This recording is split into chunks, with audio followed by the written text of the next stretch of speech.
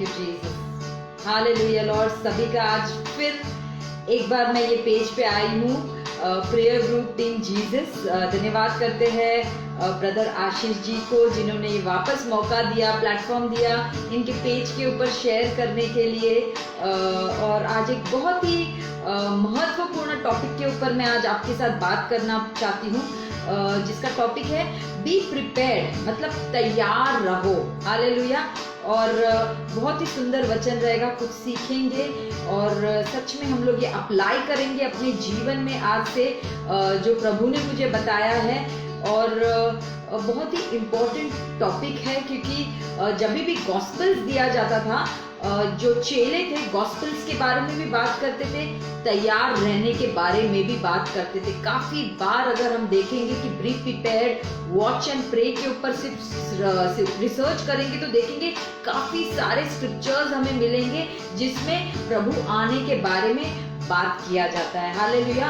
तो हम लोग सभी लोग एक आराधना के गीत से चालू करेंगे, प्रभु की स्तुति करेंगे और उसके बाद हम लोग वचन में जाएंगे। Thank you Jesus, thank you Lord, hallelujah Lord, worship you, praise you Lord. तू मेरा शरण स्थान, तू मेरा गढ़ है, संकट में मेरा दोस्त, मेरा प्रभु। तू मेरा शरण स्थान, सच में तू मेरा शरण स्थान है प्रभु। तू मेरा गढ़ है, संकट में मेरा दोस्त, मेरा प्रभु। हालेलुया। सब मिलके आराधना करेंगे प्रभु की। आराधना करो मैं पूरे दिल से, मैं तुझे ढूंढूंगा अपने सारे जीवन में, तेरी सेवा करूंगा अपनी सारी चीजों से। मैं हूँ यहाँ, मैं हूँ यहाँ प्रभु, मैं हूँ यहाँ प्रभु, मैं हूँ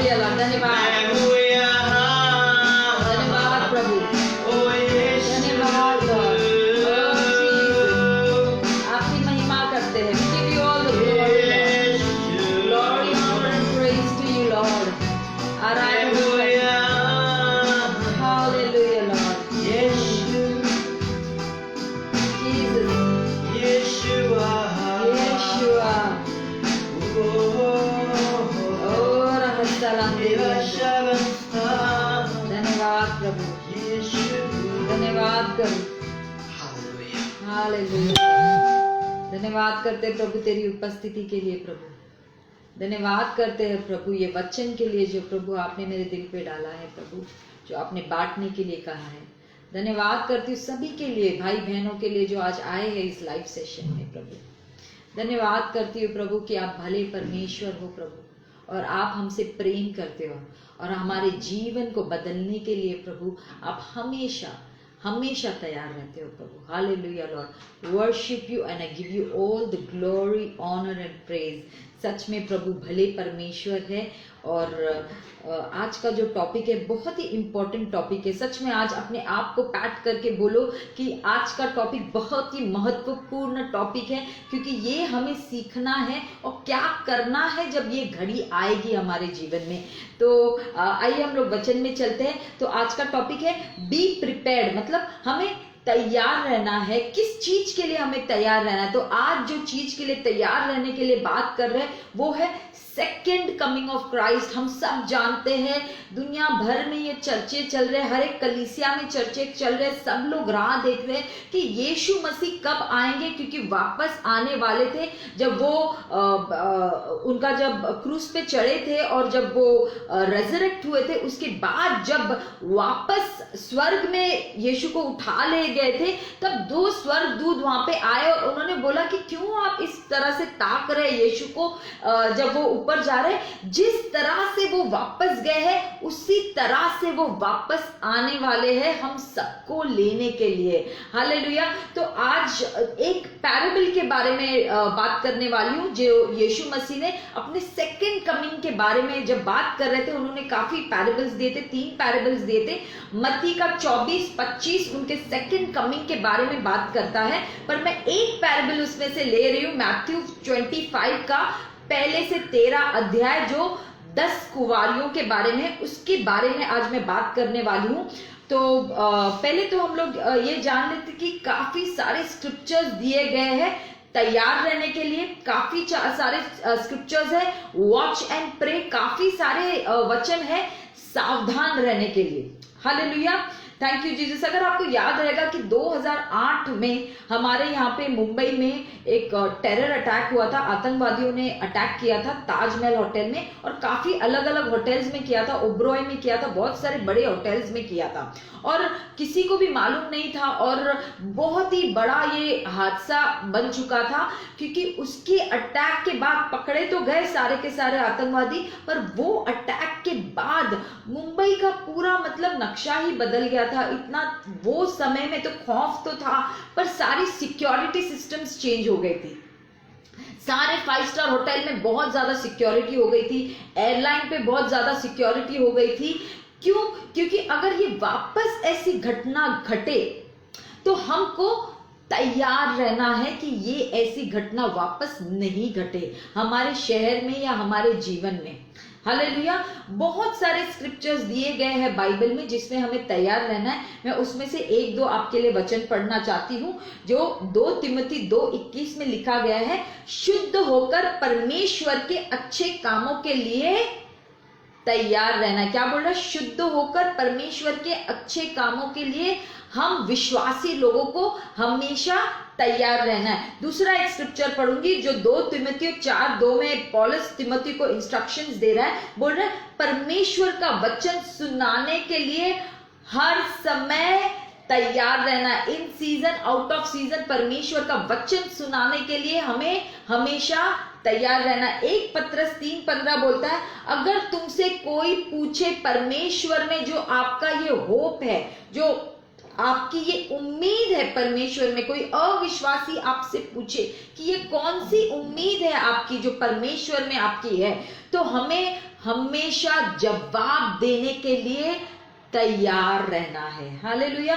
काफी चीजों के लिए बताया गया है कि हमें तैयार रहना है। हालेलुया।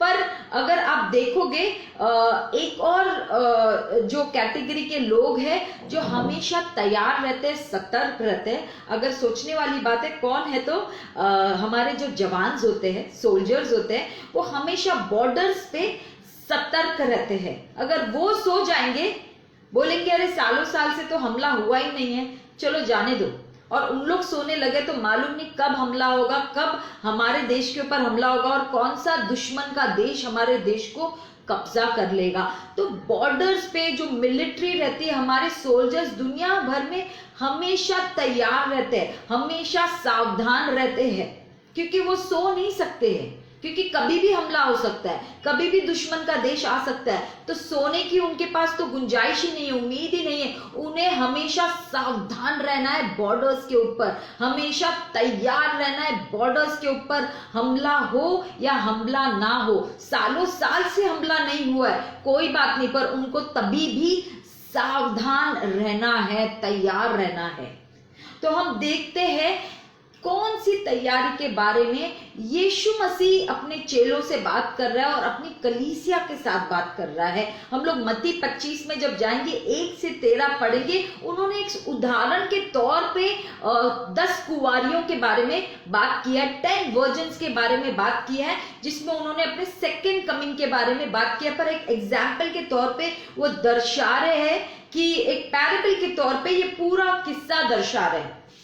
तो ये पैराबल इस प्रकार से जाता है कि 10 कुंवारियां वेट कर रही है दूल्हे का आने का। अगर हम लोग तो एक्चुअली यहूदी है नहीं, तो हम लोग को तो मालूम भी नहीं कि ये किस चीज के बारे में बात कर रहे हैं। पर ये जो यहूदियों को जब यीशु मसीह बोल रहा था, अपने चेलों को ये सब समझा रहा था, जूइश लोगों को समझा रहा था, वो समझ पा रहे थे, क्योंकि उनके कल्चर में विवाह इस प्रकार से होता है। तो आपको एक थोड़ा सा बैकग्राउंड देना चाहती हूँ। जो यहूदियों की शादी होती है पुराने ओल्ड टाइम्स में जो होता था, ये 2000 साल पुराने की बात है। उन दिनों में अब किस प्रकार से होता है मुझे नहीं मालूम है, पर उन दिनों में मैंने थोड़ा सा इंटरनेट पर रिसर्च किया कि जूइश वेडिंग्स किस प्रकार से होती है।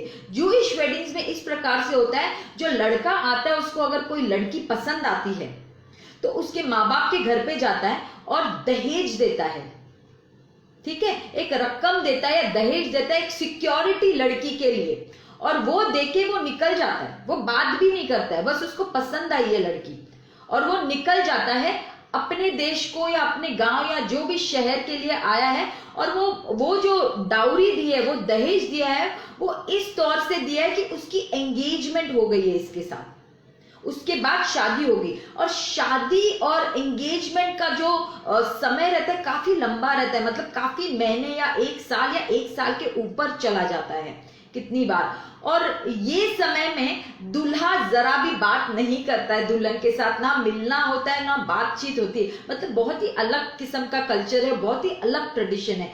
ये जब दहेज देता है, ये दूल्हा निकल जाता है अपने घर पे, ठीक है। ये जो समय है काफी महीनों का या 1 साल का जो समय है, उसमें जो दूल्हे के जो पिता है वो सब इंक्वायरी निकालेंगे लड़की की, लड़की के माँ बाप की, उनका जो रिश्तेदार है, सब घर वालों की, सबकी इंक्वायरी निकालेंगे कि हाँ भाई ये जो दुल्हन हमारे घर पे आ रही है वो बराबर है कि नहीं, ठीक है। इंक्वायरी निकालने के बाद जब तक पिता रजामंदी नहीं देता है दूल्हे को, मतलब जब तक वो हाँ नहीं बोलता है, वो दूल्हा नहीं जाने वाला है। जब पिता हाँ बोलता है उसके बाद दूल्हा निकलता है दुल्हन को लेके आने के लिए। पर ये काफी समय, लंबा समय रहता है, क्योंकि उन दिनों में तो ट्रांसपोर्टेशन भी नहीं था, घोड़े गाड़ी इस प्रकार से, बोट से इस प्रकार से आते थे, तो काफी लंबा समय रहता था आने के लिए, ठीक है। वो समय में जो लंबा समय है, दुल्हन क्या करती है? दुल्हन ये करती है अपने आप को प्रिपेयर करने लग जाती है शादी के लिए। और ये जो 10 कुंवारियां हैं जिसको ब्राइड्समेड बोलते हैं, ये जो उनमें 10 कुंवारियां रहती, ब्राइड्समेड 10 का एक नंबर रहता है, और लड़कों के साथ भी ब्राइड्समेड मेल रहते हैं, जो उनके दोस्त रहते हैं वो भी रहते हैं, ठीक है। ये जो 10 कुंवारियां रहती है, ये ध्यान रखती है ब्राइड का, और कि ये कोई और रिश्ते में नहीं चले जाए, उस हिसाब से इसको हमेशा सतर्क रखते हैं दुल्हन को, और हमेशा ख्याल रखती है, हमेशा दूल्हे आने वाला है ये उसको बोलती रहती है और उसको उत्साहित करती रहती है, पर ध्यान रखती है दुल्हन का कि वो फिसले नहीं या गलती नहीं करे, और तब तक दूल्हे का इंतजार करे जब तक आए। पर दुल्हन को और उसके घर वालों को मालूम नहीं रहता है कब दूल्हा आएगा। ऐसे नहीं है कि जब वो डाउरी देके गया है तो डेट फिक्स हो गई है शादी की, कोई डेट फिक्स नहीं हुई रहती है, वो एक अचानक से आ जाएगा। ये उनका कस्टम था, उनका ट्रेडिशन था। इसी प्रकार से उन दिनों में शादियां होती थी, कोई डेट नहीं रहती थी, वो अचानक से आ जाएगा। और जब आता था तो उसके जो दूल्हे के दोस्त है उन लोग अनाउंस करेंगे कि दूल्हा आ गया है। ठीक है, तो हमेशा ये ब्राइड्समेड को सतर्क रहना है, दुल्हन को सतर्क रहना है। ठीक है, और जब वो अनाउंसमेंट करने लग जाता है कि दूल्हा आ गया, तो ये जो ब्राइड्समेड है, जो 10 कुंवारियां हैं, अपनी मशाले लेके जाएगी, क्योंकि दूल्हा हमेशा रात को आता है, वो दिन के समय नहीं आता है। जब रात को आता है तो वो मशाले लेके जाती थी, लाइट्स जला के, क्योंकि लाइट चाहिए था, अंधेरा रहता था उन दिनों में, तो स्ट्रीट लाइट्स तो थी नहीं, मशालों के साथ जाती थी। और ये एक वेलकम के हिसाब से रहता था कि दूल्हा आ रहा है, तो उसका स्वागत करने के हिसाब से वो जाती थी और उसे लेने के लिए जाती थी। तो अलग ही किस्म का सिस्टम है। और 7 दिन तक फिर बाद में शादी चलती थी, बहुत बड़ा सेलिब्रेशन होता था, फिर दुल्हन को अपने पास लेके जाते थे। काफी अलग किस्म का कस्टम है, ट्रेडिशन है। पर जब यीशु मसीह उन चेलों को बता रहे थे ये पैराबल के बारे में, तो वो समझ गए, क्योंकि उनका तो ये कल्चर था। ठीक है, तो यहाँ पे यही बात कर रहे हैं, 10 कुंवारियों के बारे में बात कर रहे हैं जो दुल्हे की आने का इंतजार कर रहे हैं। मैं पहला वचन पढ़ूंगी। तब स्वर्ग का राज्य, अभी वो बोल रहे कि स्वर्ग का राज्य को कंपेयर कर रहे हैं, स्वर्ग का राज्य उन 10 कुंवारियों के समान होगा जो अपनी मशाले दूल्हे से भेंट करने को निकली। ठीक है, तो मतलब कितनी कुंवारियां हैं? 10 कुंवारियां हैं। 10 कुंवारियां सामने से तो दिखती सेम है, सबने वही कपड़े पहने हुए, क्योंकि ब्राइड्समेड सेम कपड़े पहनती है, सेम कपड़े पहनती है, सेम उनके पास 10 मशाले हैं, ऊपर से सारी की सारी सेम दिखती है। दुल्हन की ब्राइड्समेड जो 10 कुंवारियां हैं, ऊपर से सारी की सारी सेम दिखती है, सारों के हाथ में मशाले हैं। आमेन। और जो कुंवारियों के बारे में यहाँ पे बताया है, अगर आप बाइबल अगर आप पढ़ोगे, एपिसल्स में पढ़ोगे आगे चल के, तो जहां पे कुंवारियां लिखी गई है, वर्जिन्स, प्योर वर्जिन्स लिखा गया है, वो कलीसिया को बोला जाता था। ठीक है, इनफैक्ट रेवलेशंस में लिखा हुआ है, रेवलेशंस में 14:4-5 लिखा है, कुंवारियां हैं जो यीशु के पीछे हो चलते हैं जहां पर भी वो जाता है। मतलब पीछे पीछे कुंवारियां चलती है जहां पर भी और जाता है, और अशुद्ध नहीं है। इनफैक्ट पॉलस ने भी वर्जिन के बारे में जब बात की है, तो वो कलीसिया के बारे में वो बात कर रहा है। ठीक है, तो ये जहां जहां वर्जिन्स के बारे में बात किया गया है, वो शुद्धता के बारे में बात करता है, सेट अपार्ट के बारे में बात करता है, मतलब अलग से वो ये काम के लिए चुनी गई है, ये बात करता है। और वर्जिन्स मतलब कलीसिया को दर्शाता है। हालेलुया। तो हम लोग ये कंपैरिजन में देख रहे हैं कि यीशु मसीह क्या बात कर रहा है। ठीक है, सामने से सब 10 की 10 सेम दिखती है, कपड़े सेम है, मशाले सेम है, और 10 की 10 कुंवारियां है, वर्जिन्स है, मतलब ये एक कलीसिया के बारे में बात कर रहा है, 10 की 10 कलीसिया के ही बारे में बात कर रहे हैं। हालेलुया। फिर हम लोग दूसरा वचन पढ़ते हैं, और 10 की 10 दूल्हे के लिए वेट कर रहे हैं। दुनिया दूल्हे के लिए वेट नहीं कर रही है। हालेलुया। सब सोचने वाली बात है, पूरी दुनिया यीशु के आने के लिए राह नहीं देख रही है, क्योंकि उनको मालूम ही नहीं है ये बात। कलीसिया राह देख रही है दुनिया भर में यीशु के आने की। जो डिनोमिनेशनल चर्चेस भी है, उन लोग भी वेट कर रहे हैं। पेंटिकॉस्टल है, मैं तो हिंदू बैकग्राउंड से हूं, मुझे तो ये सब इतने डिविजन है, इसका अंदाजा भी नहीं था। जब मसीह में आए तब मालूम पड़ा, कैथलिक अलग होते हैं, पेंटिकॉस्टल अलग होते हैं, मार्थोमाइट अलग होते हैं, और हजारों डिविजन्स है जिसका मुझे अंदाजा भी नहीं और नाम भी नहीं मुझे मालूम है। पर काफी डिविजन्स है, काफी जगहों पे लोग चर्चेज में जाते हैं, कोई फादर को मानता है, कोई पास्टर को मानता है, कोई पोप को मानता है। अलग अलग लोगों के रिवाज है, रीति रिवाज है, कलीसिया में भी है रीति रिवाज। मालूम सबको है यीशु मसीह परमेश्वर है, मालूम सबको है कि यीशु मसीह आने वाला है, और 10 के 10 को ज्ञान है कि यीशु मसीह आने वाला है। मतलब कलीसिया वालों को इस चीज का ज्ञान तो है। हालेलुया। ज्ञान है, ज्ञान होना अच्छा है, तो कि सेकंड कमिंग होने वाला है। आगे पढ़ते हैं। उसमें से 5 मूर्ख और 5 समझदार है। दूसरे ही वचन में ये जो 10 कुंवारियां हैं जो एक कैटेगरी में आती है, वो 2 हिस्से में बढ़ गई है। सब लोग ध्यान से सुनना, ये मैं क्या बताने की आपको कोशिश कर रही हूँ। जो 10 कुंवारियां हैं वो दूसरे ही वचन में 2 हिस्से में बढ़ गई है। क्या बोला गया है? 5 कुंवारियों को, 5 कुंवारी उसमें से मूर्ख है और उसमें से 5 कुंवारियां समझदार है। तो क्या बता रहे हैं? अगर हम लोग तीसरा और चौथा पढ़ेंगे तो मालूम पड़ेगा कि क्यों ये 5 मूर्ख है और क्यों ये 5 समझदार है। तीसरा पढ़ेंगे, मूर्खों ने अपनी मशालें तो ली परंतु अपने साथ तेल नहीं लिया। क्यों मूर्ख बोला गया है? क्योंकि उन्होंने अपने मशाले तो ले ली पर उसके साथ तेल नहीं लिया। परंतु समझदारों ने अपनी मशालों के साथ अपनी कुप्पियों में तेल भी भर लिया। क्यों समझदार बोला गया? क्योंकि उनके पास तेल भी था। आमीन, तेल भी था। 5वां वर्ष पढ़ेंगे, जब दूल्हे के आने में देर हुई तो वे सब ऊँघने लगी और सो गई। ठीक है, मतलब यहां पे बोला है जब दूल्हे की आने की देर हुई, मतलब शायद सेकंड कमिंग जो परमेश्वर यीशु मसीह आने वाला है, देर होने वाली है। यहाँ पे बोला है। इनफैक्ट इसके पहले का भी अगर आप पैराबल देखोगे तो उसमें भी यही लिखा गया है। जो एक और पैराबल है कि दास सोचने लगे कि मेरे स्वामी के आने में देर हो गई है। यही सोचेंगे और यही कलीसिया में भी हो रहा है कि 2000 साल से प्रचार हो रहा है, 2000 साल से बोल रहे यीशु आने वाला है पर आ ही नहीं रहे। कब आने वाले हैं? शायद उनके आने में देरी होने वाली है। इनफैक्ट ये बोला गया है कि वो कब आएंगे ये किसी को भी नहीं मालूम है। बहुत क्लियरली वचनों में लिखा हुआ है यीशु मसीह कब आने वाले हैं किसी को नहीं मालूम है।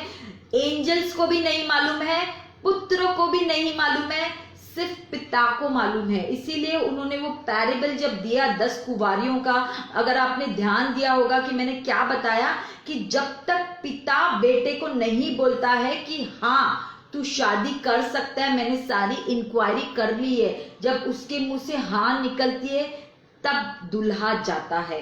ये यही दर्शा रहा है यहाँ पे, यही बोलने की यीशु कोशिश कर रहा था कि ये कब आने वाला है दूल्हा, ये सिर्फ पिता जानता है और कोई नहीं जानता है। आमीन। पर यहाँ पे काफी चिन्ह दिए हुए क्योंकि आने में हम सोच रहे हैं कि काफी देर हो रहा है, शायद देर हो जाएगा। बहुत महत्वपूर्ण कार्य में ये अटके रहेंगे। ये जो पैराबल में बता रहे हैं कि जो दूल्हा था कोई शायद इंपॉर्टेंट काम में अटके हुए रहेंगे, इसके लिए शायद देर हो रही होगी ये दूल्हे के आने के लिए। ऐसे नहीं कि उनको विवाह नहीं करना है, विवाह करना है, क्योंकि यहाँ पे लिखा है जब आते हैं जो दूल्हा तो तुरंत ही वेडिंग के लिए उन लोग लेके जाते हैं। तो मतलब दूल्हे को शादी करनी है पर आने में देर हो रही है। अगर हम लोग 24वां में जाएंगे तो यीशु मसीह ने ये पूरे जो पैराबल चालू होने के पहले ये इस प्रकार से शुरू किया। 24वां अध्याय में शुरू किया 4वां वचन में कि सावधान रहो। किस चीज के लिए सावधान रहने के लिए वो बोल रहे थे? हम लोग आगे अगर पढ़ेंगे छठा अध्याय पढ़ेंगे 24 में 6ठे अध्याय में लिखा है तुम लड़ाइयां और लड़ाइयों की चर्चा सुनोगे। ठीक है, तो घबरा न जाना क्योंकि इनका होना अवश्य है। मतलब वॉर्स होंगे, इसकी चर्चा आप सुनोगे तो आप डरना नहीं, क्योंकि ये होना तो बहुत आवश्यक है। ये इंपॉर्टेंट है कि ये होवे। हमें ये नहीं सोचना कि नहीं होवे, ये हमें सोचना कि ये होना है और होने वाला है, क्योंकि प्रभु बोल रहे हैं हमें सावधान रहना है ऐसे समय पे। ठीक है, बोल रहा है कि ये चर्चा सुनोगे तो घबराना नहीं, ये डरने की बात नहीं है, क्योंकि उनका होना अवश्य है, परंतु उस समय अंत न होगा। क्योंकि जाति पर जाति और राज्य पर राज्य चढ़ाई करेगा और जगह जगह अकाल पड़ेगा और भूकंप होंगे। ये सब बातें पीड़ाओं का आरंभ है। मतलब भूकंप होंगे, काफी जगह पे राज्य के वॉर्स होंगे, काफी जगह पे पीड़ाएं की बातें होगी, काफी जगह पे बहुत सारे पेस्टिलेंसेस होंगे, बहुत सारी चीजें होगी। पर ये तो सिर्फ एक प्रभु आने का सिर्फ आरंभ है, ये पूरी बात नहीं है, ये तो सिर्फ आरंभ है। बोलते हैं ना जब एक प्रेग्नेंट वुमन रहते बर्थ पैंग्स शुरू होता है तो बच्चे आने का सिर्फ एक आरंभ है, बर्थ पैंग्स। ठीक है। तो ये मतलब सिर्फ एक शुरुआत है। हम लोग देख रहे हैं कि काफी चीजें हो रही है आजू बाजू में, और ये प्रभु ने मुझे दर्शन के द्वारा बताया। पर उसके पहले मैं एक और वचन आपके साथ पढ़ना चाहती हूँ, जो 13वें वचन में लिखा है, परंतु जो अंत तक धीरज धरे रहेगा उसी का उद्धार होगा। बहुत क्लियरली यीशु मसीह यहाँ पे बोल रहा है, अंत तक हमें क्या करना है, अंत तक हमें धीरज धरे रहना है, पेशेंट रहना, अंत तक, उसी का उद्धार होगा। क्योंकि एंड टाइम्स में तो बहुत ये सब इश्यूज आने वाले हैं। हम तो लॉकडाउन में मैं सुन रही हूँ कितने लोग टूट गए हैं, इतने लोग निराश हो गए, इतने लोग कड़वाहट में आ गए, इतने लोग ठंडे हो गए प्रभु में, क्योंकि कलीसिया नहीं जा रहे, जो भी है ऑनलाइन है। ऑनलाइन तो मतलब हमारे ऊपर है ना, देखना है नहीं देखना है बहुत बार, और इतनी सारी ऑप्शंस आ गई है। जैसे ही लॉकडाउन शुरू हो गया, हॉटस्टार चालू हो गया, नेटफ्लिक्स चालू हो गया, अमेजॉन चालू हो गया, दुनिया भर की चीजें चालू हो गई है इंटरनेट के ऊपर कि भाई घर पे ही तुम लोग बैठो और एंटरटेन हो जाओ, खाओ पियो सो और एंटरटेनमेंट करो। पर यहाँ पे प्रभु क्या बोल रहे हैं, ऐसे समय में हमें उद्धार, हमें धीरज से चलना है। और क्या करना है, 14वें वचन में लिखा है, और राज्य का यह सुसमाचार सारे जगत में प्रचार किया जाएगा कि सब जातियों पर गवाही हो, तब अंत आएगा। मतलब जब तक गॉस्पेल प्रीच होगा सारी जातियों में, सारे जगत में, उसके बाद अंत आने वाला है। दूसरा मैं स्क्रिप्चर आपके लिए पढ़ना चाहती हूँ। देखो मैंने तुमसे ये पहले से ये सब कुछ कह दिया है। यीशु बोल रहा है कि बहुत लोग अंतिम दिनों में बोलेंगे, इनफैक्ट फॉल्स प्रॉफिट्स आएंगे, बहुत सारे झूठे नबी आके खड़े हो जाएंगे, बहुत सारे लोग ऐसे बोलेंगे कि यीशु वहां पे है, यीशु यहाँ पे है। तो आप नहीं सुनना, क्योंकि ये सब चीजें मैंने आपको पहले से ही बता दी है।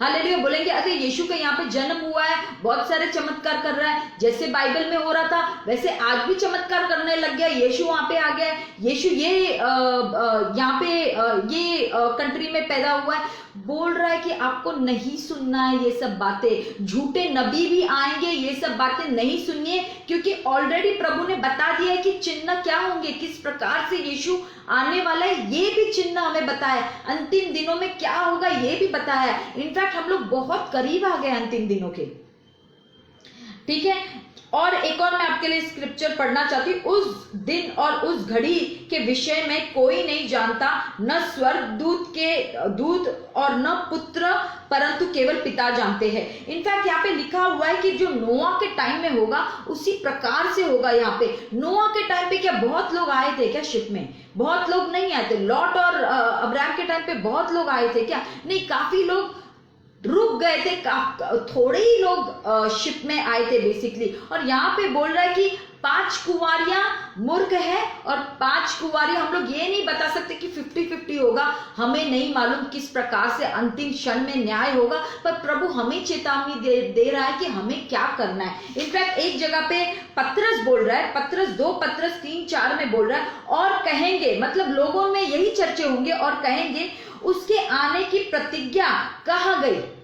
सब पूछेंगे कहाँ गए जो बोल रहे थे यीशु आने वाला है, सब पूछेंगे, क्योंकि जब से बाप दादा सो गए हैं सब कुछ वैसा ही है जैसा सृष्टि के आरंभ में था। सब लोग तुम्हारी निंदा करेंगे, सब लोग मजाक उड़ाएंगे, तुम तो बोल रहे हो यीशु आएगा, यीशु आएगा, यीशु आएगा, पर बाबा आदम की जमाने में तो वही चल रहा है और अभी भी वही चल रहा है, तो कौन सा आने वाला है? और ऐसे बोल के ही काफी लोग सो जाने वाले हैं, मतलब प्रभु से हट जाएंगे और ना इंटरेस्ट रहने वाला है। ठीक है, हम लोग आगे पढ़ते हैं। यहाँ पे जो लिखा हुआ है, हाँ, 2000 साल से तो क्राइस्ट आने के बारे में बता रहे हैं, और अगर आप वचन में पढ़ोगे, पतरस ने इसके बारे में लिखा हुआ है, काफी बार लिखा हुआ है क्राइस्ट आने वाला है और आप सतर्क रहो, और इस प्रकार से हम लोग प्रचार कर रहे थे कि अभी आने वाला है। पॉलस ने काफी चीजें लिखी हुई है कि क्राइस्ट आने वाला, आप सतर्क रहो, पर सोचने वाली बात यह है, दोनों ने अपनी किताबों में लिखा हुआ है कि उन लोग कब मरने वाले, बराबर? ये भी लिखा हुआ है कि हमारा अंतिम क्षण आ गया, हम लोग अभी मरने वाले हैं। मतलब वो ये भी जानते थे मरने वाले हैं, और वो क्राइस्ट आने का मतलब जो दूसरा सेकंड कमिंग यीशु का है वो नहीं देखने वाले, उनको मालूम था ये। पर तभी भी उनका एटीट्यूड कैसा था? उनका एटीट्यूड था कि अभी आने वाले हैं, और उसी प्रकार से वो जीते थे, उसी प्रकार से वो प्रचार करते थे, उतना ही अर्जेंसी से वो प्रचार करते थे, सब जगह जाके यीशु के बारे में बताते थे, मालूम होते हुए कि हम कब मरने वाले हैं, मालूम होते हुए कि शायद हम नहीं देखने वाले उनका सेकंड कमिंग। हमारे पीढ़ी में शायद नहीं होने वाला है, और पीढ़ी की पीढ़ी बीत गई है, सेकेंड कमिंग के लिए सब राह देख रहे हैं। पर एक चीज पक्की है, मैं तो नहीं जानती हूँ, क्योंकि मैं कोई प्रॉफिट नहीं हूँ, मैं बस एक साधारण सी एक हाउसवाइफ हूँ, और अभी पास्टर का खिताब प्रभु ने ही दिया है।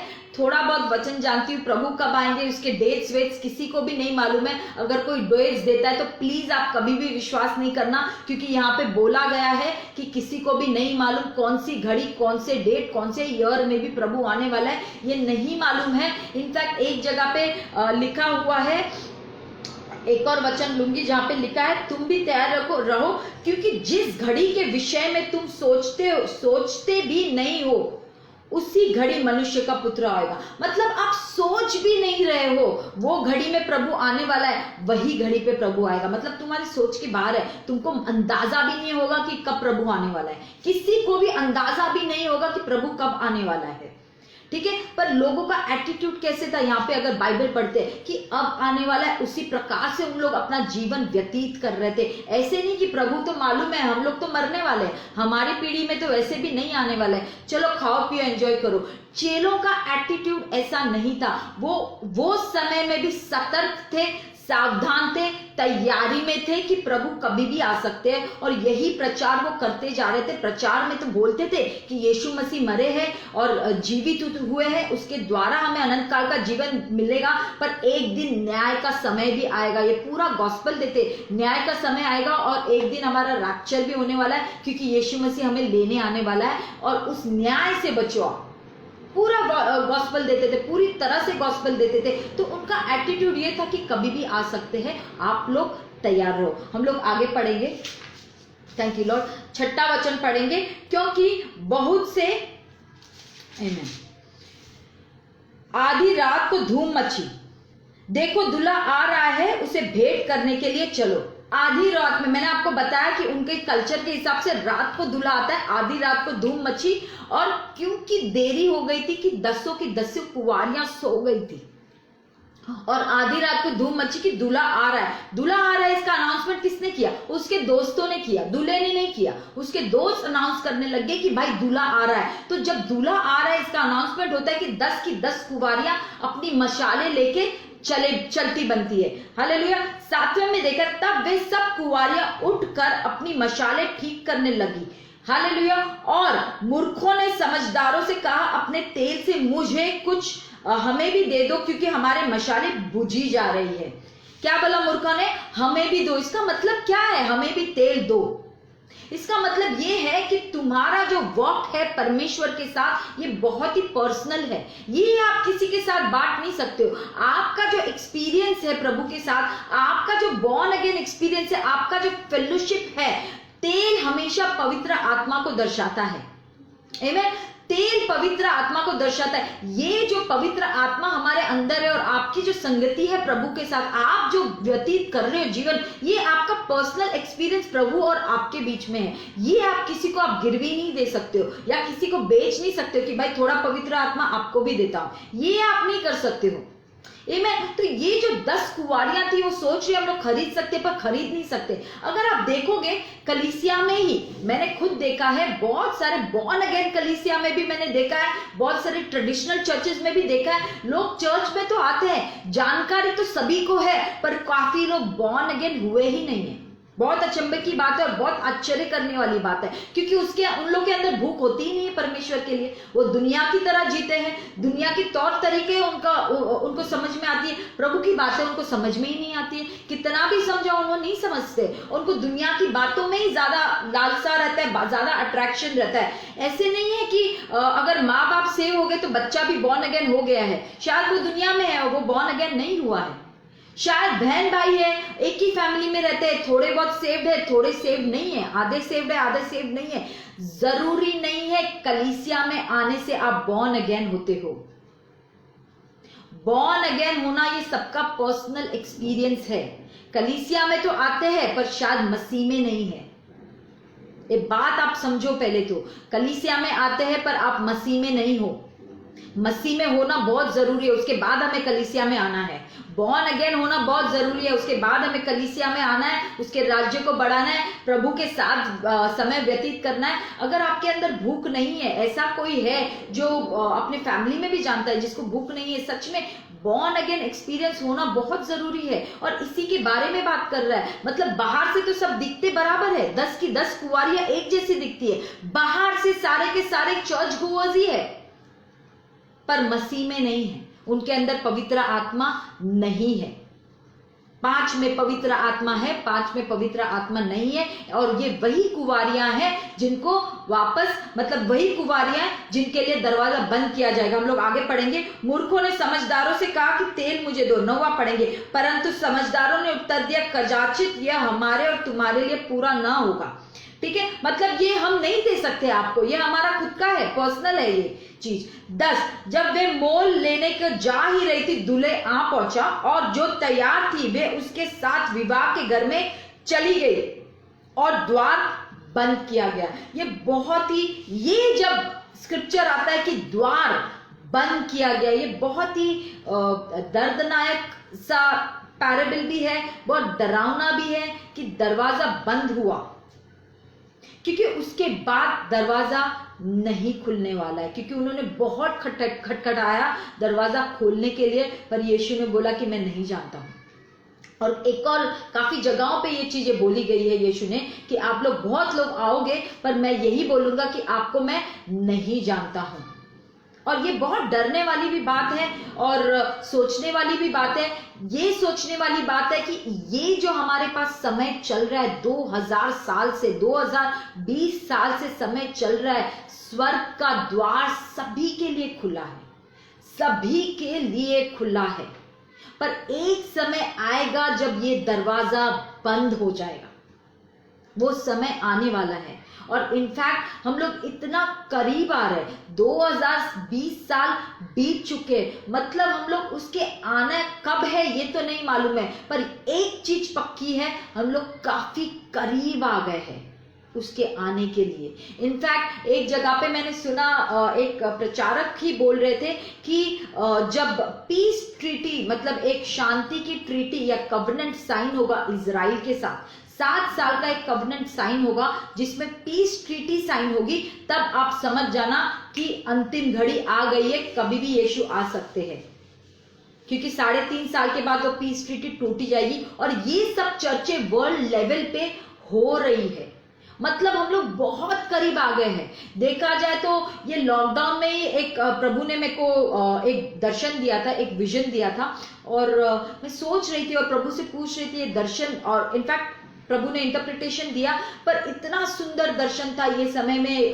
लॉकडाउन के समय में मुझे ये दर्शन दिया था। मैं जरूर आपके साथ शेयर करना चाहती हूँ कि ऐसे हुआ कि मैंने देखा, अपने घर का दरवाजा मैंने खोला और बाहर से बहुत सारा प्रेशर, मतलब एक तनाव सा आ रहा था, मतलब लिटरली एक काला सा तनाव आ रहा था, बादलों की समान एक बहुत प्रेशर आ रहा था, तूफान की समान घर के अंदर घुसने की कोशिश कर रहा था। और प्रभु ने मुझे अंदर से वो बोला, ये मैंने दर्शन देखा, प्रभु ने बोला इसको रिब्यूक नहीं कर, इसको फटकार नहीं, डांट नहीं, तू तेरे अंदर चली जा।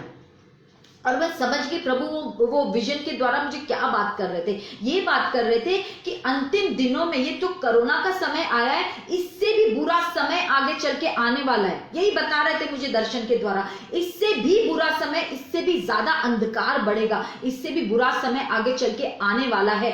तो ये समय में हमें क्या करना है? ये समय में हमें रिब्यूक नहीं करना है, रोकना नहीं है। यहीं पे तो लिखा था, 24 में लिखा था, वॉर्स होने वाले हैं, लड़ाइयां होने वाली है, पर आप डरो नहीं, क्योंकि ये होना आवश्यक है, ये सब चीजें होनी आवश्यक है, पर हमें नहीं डरना है ये समय में।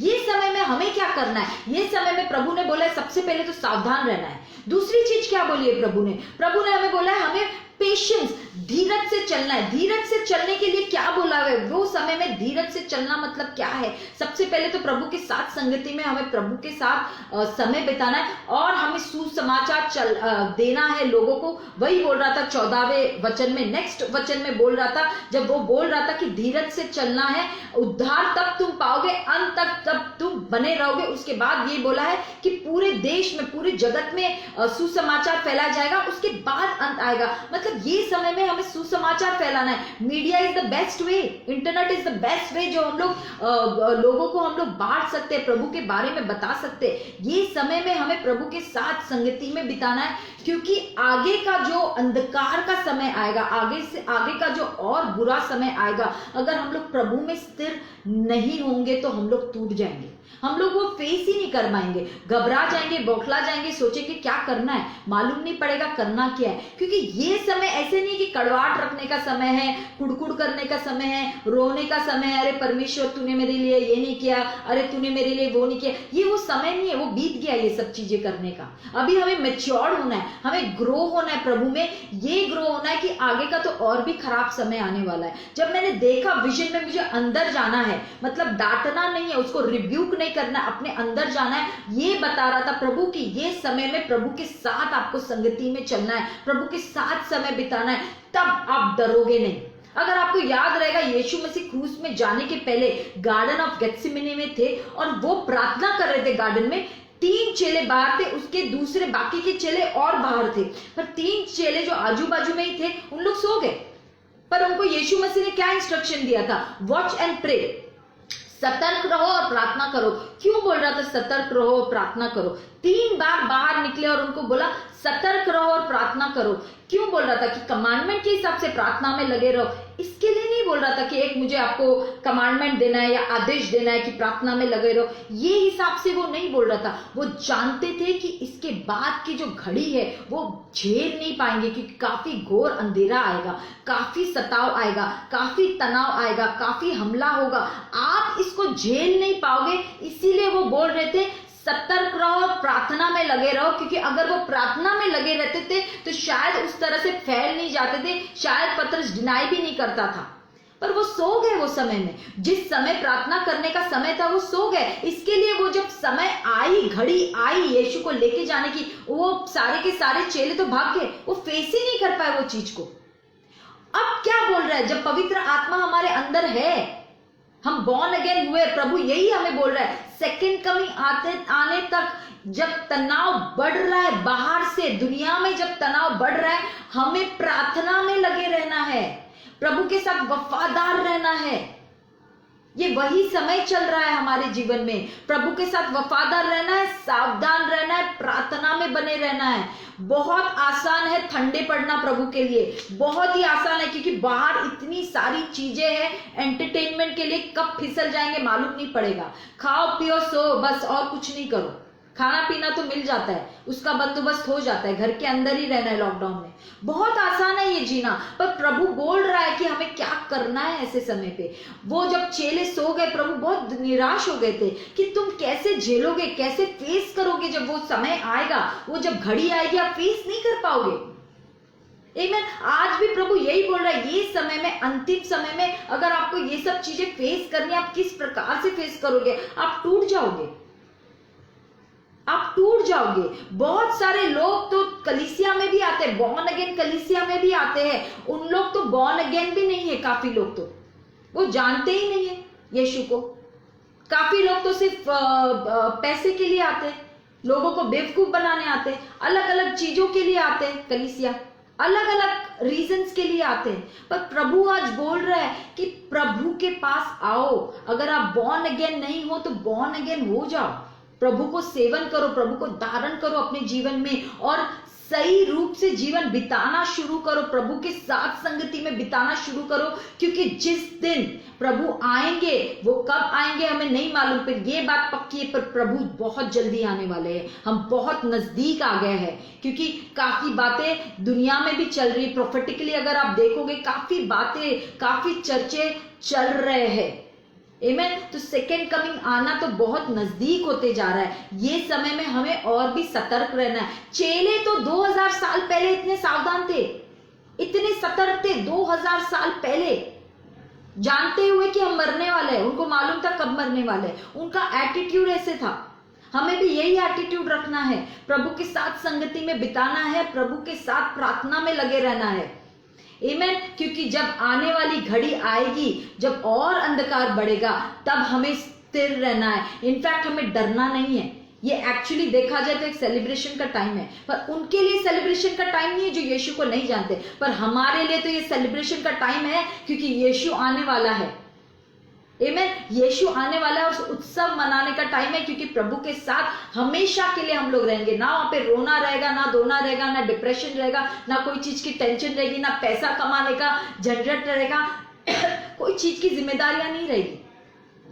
ये सेलिब्रेशन का टाइम है। इसीलिए प्रभु बोल रहा था, जब मैथ्यू 24 आप पढ़ोगे, कि डरने वाली बात नहीं अगर बाहर सताव रहेगा, डरने वाली बात नहीं अगर बाहर वॉर्स के चर्चे चल रहे, लड़ाई और युद्ध के चर्चे चल रहे, डरने वाली बात नहीं अगर बाहर भूकंप आ रहे, सुनामी आ रही है, क्योंकि प्रभु आपका ख्याल रखेगा।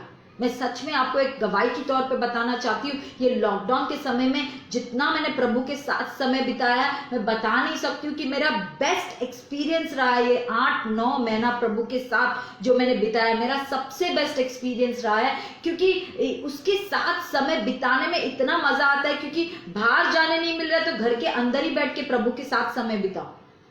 और ये वही घड़ी आ रही है और आगे और वर्स्ट होगा, तो हमें क्या करना है? हमें सावधान रहना है, प्रभु के साथ समय बिताना है, प्रभु के साथ प्रार्थना में लगे रहना है, क्योंकि जब दरवाजा बंद हो जाएगा वो वापस खुलने नहीं वाला है। वो वापस खुलने नहीं वाला है। अभी हजारों साल से वो दरवाजा खुला है सभी के लिए, सभी के लिए। ये हमारे लिए एक बर्डन की बात होनी चाहिए कि हमारे रिश्तेदार, हमारे भाई बंधु अगर नहीं जानते हैं यीशु को, तो हमें तो उनके लिए प्रार्थना में जुट जाना चाहिए, उनको सुसमाचार देना चाहिए कि भाई तुम आओ प्रभु में, क्योंकि अंतिम घड़ी बहुत जल्दी आने वाली है। कब आएगी नहीं मालूम है, पर जब ट्रिबुलेशन चालू हो जाएगा, जब सत्ताव चालू हो जाएगा, जब युद्ध चालू हो जाएगा, वो समय तो अविश्वासी जो है, अनबिलीवर्स है, वो तो ये सब चीजें फेस भी नहीं कर पाएंगे।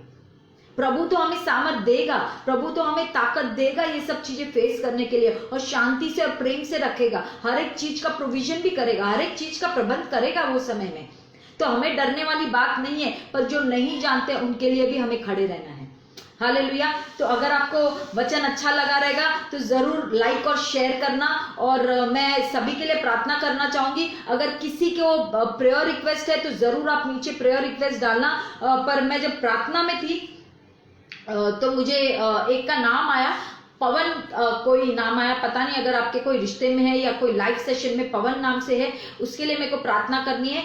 मुझे हार्ट के लिए प्रे करना है, मुझे हार्ट दिखा बेसिकली उनका, मैं उसके लिए प्रार्थना करती हूँ। यीशु मसीह के नाम से मैं पवन ये भाई के लिए प्रार्थना करती हूँ, फॉर उनके दिल के लिए। प्रभु मैं नहीं जानती क्या है, इमोशनली है कि फिजिकली है, मैं नहीं जानती, प्रभु आप जानते हो, पर मैं हीलिंग के लिए प्रार्थना करती हूँ भाई पवन के लिए। यीशु मसीह तेरे सामर्थी नाम से मैं प्रार्थना करती हूँ। प्रार्थना करती हूँ मैं आशीष कुमार जी के लिए, जिनका ये पेज है, उनके फैमिली के लिए प्रार्थना करती हूँ कि प्रभु आप इन्हें हमेशा सुरक्षित रखना प्रभु।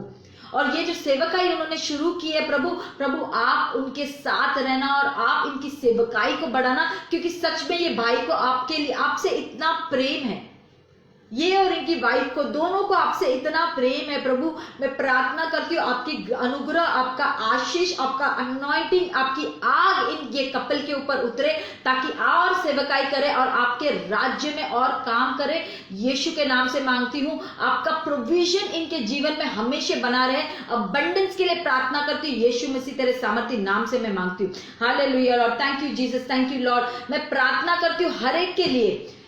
मैं भाई लक्ष्मी बलानी के लिए प्रार्थना करूंगी कि उनके जीवन में प्रभु अगर आपने देखी है कोई भी आप जानते हो कि उन्हें शादी की इच्छा है प्रभु, मैं प्रार्थना करती हूँ कि इनके जीवन में आप मैरिजेबल सूटेबल ब्राइड आप लेके आओगे, यीशु के नाम से मैं मांगती हूँ। और प्रार्थना करती हूँ सभी जो आए हैं भाई बहन लाइव सेशन में, मैं प्रार्थना करती हूँ आपका आशीष, आपका अनुग्रह, पवित्र आत्मा की संगति इन सभी भाई बहनों के साथ हमेशा बनी रहे। और मैं प्रार्थना करती हूँ कि आपकी भूख और आए, वचनों के लिए भूख इनके जीवन में और आए प्रभु। और ये जो समय चल रहा है प्रभु, और जो आपने जिस तरह से दर्शन के द्वारा मुझे बताया कि आगे का समय तो और भी खराब आने वाला है, मेरी यही प्रार्थना रहेगी सभी के लिए कि आपके साथ प्रभु संगति में लगे रहे, आपके साथ प्रार्थना में लगे रहे, आपके साथ वफादारी से चले प्रभु, और आपके राज्य को बढ़ाए प्रभु, और हमेशा सावधान रहे, सतर्क रहे, यही मैं प्रार्थना करती हूँ सभी भाई बहनों के लिए, यीशु के नाम से मैं मांगती हूँ। Thank you Jesus, thank you Lord, hallelujah Lord. और धन्यवाद करती हूँ भाई का, जिन्होंने पवन आशीष कुमार जी का, जिन्होंने आज लाइव सेशन के लिए मुझे मौका दिया। और मेरा नाम पास्टर अनीता बलानी है, मैं मुंबई से हूँ, किंगडम ऑफ लाइफ चर्च के पास्टर है मैं और मेरे हस्बैंड। इनफैक्ट एंड टाइम्स वो बहुत अच्छे से सिखाते हैं, उनको तो काफ़ी ज्ञान है एंड टाइम्स के ऊपर। मैं तो थोड़ा बहुत सीखती हूँ, बाइबल सिखाती हूँ, थोड़ा बहुत लोगों के साथ बांटती हूँ, जितना ज्ञान है जो प्रभु ने मुझे सिखाया है मैं वो लोगों के साथ जरूर बांटती हूँ। अच्छा लगता है, प्रभु का वचन बांटती हूँ तो खुशी मिलती है कि सीख रहे हैं, मैं भी सीखती हूँ जब मैं खुद वचन पढ़ती हूँ। और धन्यवाद करती हूँ सभी का जो लाइव सेशन में जुड़े, आपने अपना कीमती समय दिया। पर ध्यान रखना कि अंतिम दिनों के लिए अगर आपको खड़े रहना है, हमें प्रार्थना में जुड़ना है, हालेलुया, और प्रभु के आने का इंतजार करना है। ये नहीं कि मालूम नहीं कब आएगा, इतने साल से बोल रहे हैं और सब सो जाए, क्योंकि नोआ के टाइम पे भी यही हुआ। उन लोग को अंदाजा भी नहीं था बारिश कब आएगी, क्योंकि बारिश का कॉन्सेप्ट ही नहीं था नोआ के टाइम पे। नोआ के टाइम पे बारिश आती ही नहीं थी। उन दिनों में झाड़ पौधों को नीचे से पानी आता था, जमीन से पानी आता था और उनको पानी मिलता था, बारिश थी ही नहीं। और जो बारिश, ये कॉन्सेप्ट उनके दिमाग में ही नहीं था कि ये कैसे हो सकता है, बारिश कैसे आ सकती है। पर जब बारिश आई तब अचंभित हुई, तब तक तो मजाक उड़ा रहे थे कि ये कैसे हो सकता है। आमीन। तो हमें उसमें वो कैटेगरी में नहीं आना है, हमें ये कैटेगरी में रहना है कि हम जानते हैं कि प्रभु आने वाले हैं। आमीन। और वफादारी से प्रभु के साथ चलना है, उतना ही सावधान रहना है, सतर्क रहना है। ये नहीं कि झूठे नबी आएंगे और उनके बोलने के ऊपर चलने लग जाएंगे। हमें वचनों में खुद अपना बढ़ना है, क्योंकि तेल अपना खुद रहना चाहिए, पवित्र आत्मा अपना खुद का रहना चाहिए। हमारी जो संगति है प्रभु के साथ वो खुद का पर्सनल रहना चाहिए। ऐसे हम किसी से ले नहीं सकते, ये बहुत क्लियरली लिखा हुआ है, हम किसी से ले नहीं सकते ना बेच सकते। हमारा खुद का रिलेशनशिप अपना खुद का पर्सनल होता है, बॉर्न अगेन एक्सपीरियंस अपना पर्सनल होता है। जो नहीं जानते, जो बहुत लोग ऐसे हैं जो कलीसिया ऐसे टाइम पास करने आते हैं, आप जानते हो तो प्लीज वॉर्न करो कि प्रभु आने वाले हैं। हमारा काम है वॉर्न करना लोगों को कि प्रभु आने वाले हैं, हालेलुया। क्योंकि एक समय आएगा जब दरवाजा बंद हो जाएगा। Thank you Jesus. वो समय नहीं आया कि हम लोग दरवाजा बंद होए और हम बाहर रहे। हमारी सभी के लिए यही प्रार्थना है, जब दरवाजा जब तक खुला है, जितने हैं हम लोग अंदर चले जाए। हालेलुया लॉर्ड, धन्यवाद करती हूँ। Thank you Jesus, thank you Lord. जरूर ये वचन को लाइक और शेयर करना, और शुक्रिया आपने जो अपना कीमती समय दिया, और गॉड ब्लेस यू ऑल। और प्रभु के साथ, पवित्र आत्मा की संगति के साथ, उसके फेलोशिप के साथ हमेशा बने रहो। और सच में प्रभु प्यारा और भला परमेश्वर है, उसके साथ जब संगति करते हैं, उसके साथ जो मजा आता है ना, वो किधर भी आपको नहीं आएगा। आप कोशिश करके देखो पवित्र आत्मा के साथ समय बिताना, कोशिश करके देखो बाइबल पढ़ना, वो जो मजा आता है, आप बोलोगे नहीं होता है, नींद आती है, आप कोशिश तो करो, हैबिट तो डालो, अपने आप हैबिट बनते जाएगा धीरे धीरे। फिर वो जो वचन में आपको मजा आने लग जाएगा ना, वो कोई दुनिया का एंटरटेनमेंट आपको नहीं दे सकता है। Thank you Jesus, God bless you, good night, amen.